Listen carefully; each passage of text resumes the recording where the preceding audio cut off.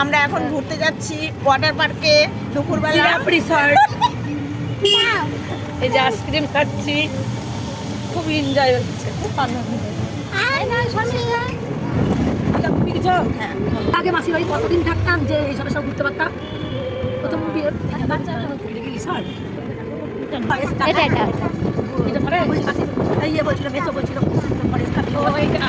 ছিল না, চলে না ওইটাই করে ফরেস্ট আসবো। হ্যাঁ এটাই দেখেই তো নিলাম।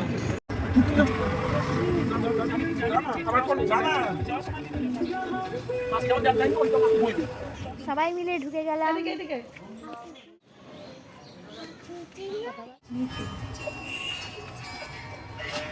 বাকি দিচ্ছ?